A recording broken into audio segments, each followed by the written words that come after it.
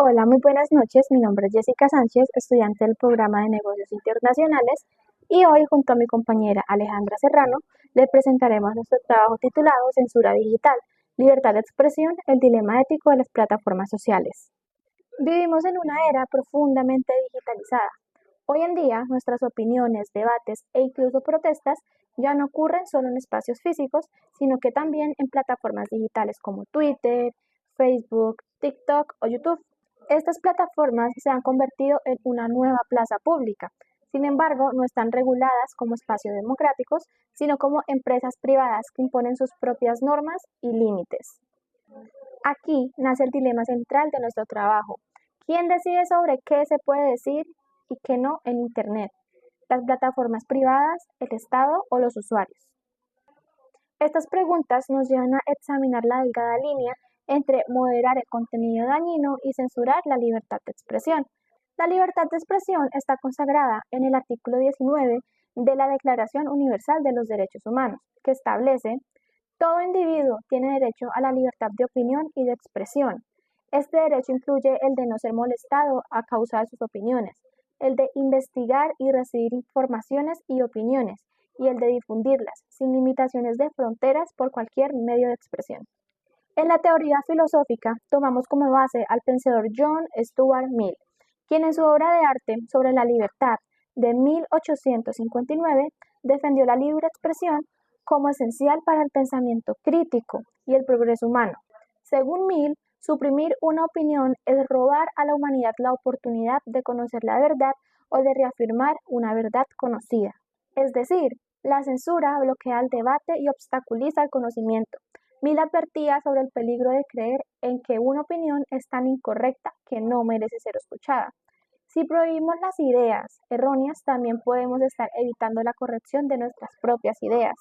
Ahora bien, en el entorno digital, la censura ha tomado una forma más sutil y automatizada. La censura digital, que ocurre cuando los contenidos son eliminados o limitados por gobiernos, empresas tecnológicas o algoritmos. Muchas veces estas decisiones no son transparentes ni se pueden apelar. Este conflicto se agudiza porque las plataformas dicen defender la libertad, pero al mismo tiempo aplican sanciones al contenido que no les parece adecuado. Entonces, ¿dónde están los límites? ¿Es censura o protección? Autores como Habermas han hablado de la esfera pública como ese espacio donde los ciudadanos deliberan de manera libre sobre asuntos de interés común. Hoy en día, esa esfera se ha trasladado a las redes sociales. Allí denunciamos injusticias, apoyamos movimientos sociales y participamos de debates colectivos. Pero hay una gran diferencia. Las redes sociales no son espacios públicos en sentido jurídico, son propiedad privada. ¿Esto qué significa? Esto significa que no están obligadas a garantizar la libertad de expresión bajo los principios del Estado de Derecho. Ellas mismas diseñan sus reglas, seleccionan qué contenido mostrar, qué eliminar y qué amplificar. Lo hacen mediante algoritmos y muchas veces sin rendir cuentas. Esto genera un desequilibrio de poder. Las plataformas pueden amplificar ciertos discursos y silenciar otros, basándose en sus propios intereses comerciales o presiones políticas. La censura digital afecta de forma desproporcionada a grupos históricamente marginados, minorías étnicas, comunidades LGBTIQ+, mujeres y activistas sociales. Estos grupos encuentran lugar para ser escuchados en las redes sociales, pero sin embargo, los sistemas de moderación suelen eliminar sus contenidos por no ajustarse a criterios o algoritmos generalizados, perpetuando así su invisibilización histórica. Además de eso, la autocensura surge como una consecuencia indirecta, ya que muchos usuarios temen a ser sancionados o acosados, lo que reduce su disposición a participar activamente en estados públicos. Por lo tanto, el debate actual gira en torno a cómo regular estas plataformas para que no se conviertan en instrumentos de censura arbitraria.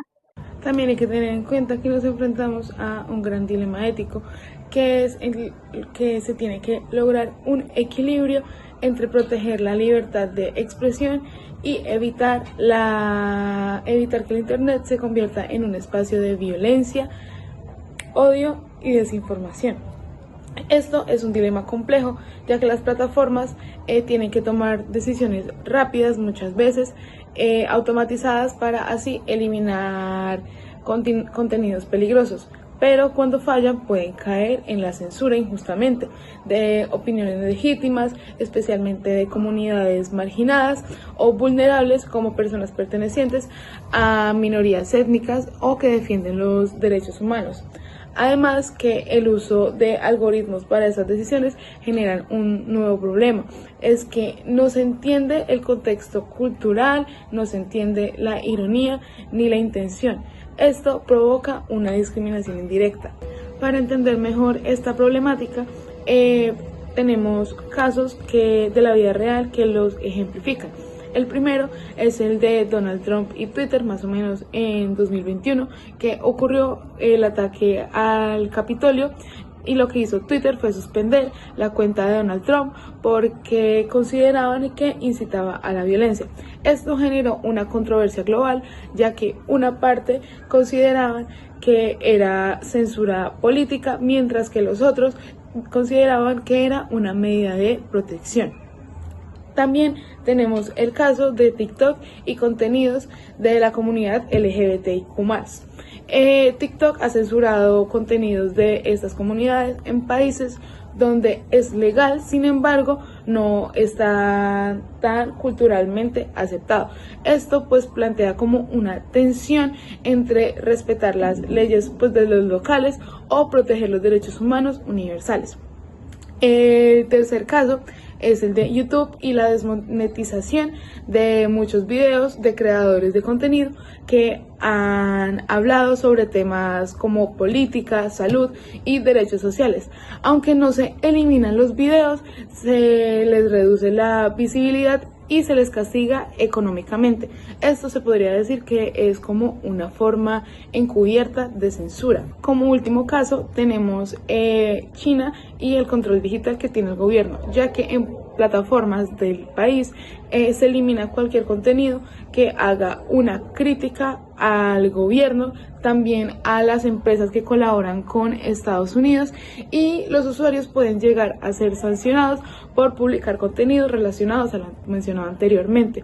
Esto pues es un ejemplo de cómo los gobiernos ejercen un control sobre lo que las personas publican en las redes sociales. Ahora, hablando de el impacto en comunidades marginales, pues se tiene que las personas y las comunidades que más sufren o que más se ven afectadas por la censura son irónicamente las comunidades que más necesitan ser visibilizadas, como son las personas pertenecientes a la comunidad LGBTQ+, los activistas, minorías étnicas o personas que han pasado por violencias o exclusión social. Sus publicaciones pueden ser eliminadas por el simple hecho de contener palabras sensibles para el algoritmo o por no cumplir las reglas de la comunidad. Además, esto también genera un tipo de autocensura, es decir, que las personas se abstienen de expresarse libremente o expresar sus pensamientos por miedo a ser sancionadas, lo cual pues afecta la diversidad de voces en el espacio digital. Ahora, hablando de nuestra postura como grupo, pues nosotras consideramos que la libertad de expresión es un derecho fundamental e irrenunciable que debe ser protegido, especialmente en el entorno digital, que es donde se está ahora convirtiendo el escenario de la vida pública. Sin embargo, también reconocemos que la libertad no es absoluta y que esto debe estar acompañado de principios fundamentales como lo son el respeto, la responsabilidad y por supuesto la ética. No creemos que la censura sea la solución, pero sí es necesario establecer una moderación justa y sobre todo transparente, con la participación ciudadana y la supervisión pública. No podemos dejar esto en manos de empresas privadas ni permitir que los gobiernos censuren para silenciar voces que, por decirlo así, a ellos no les conviene. Ya para concluir, pues se tiene que la censura y la libertad de expresión son uno de los dilemas éticos más grandes de nuestra época. Esto no es una cuestión de blanco y negro. Esto es un debate que se debe abordar con inteligencia para así tener una empatía y un compromiso democrático.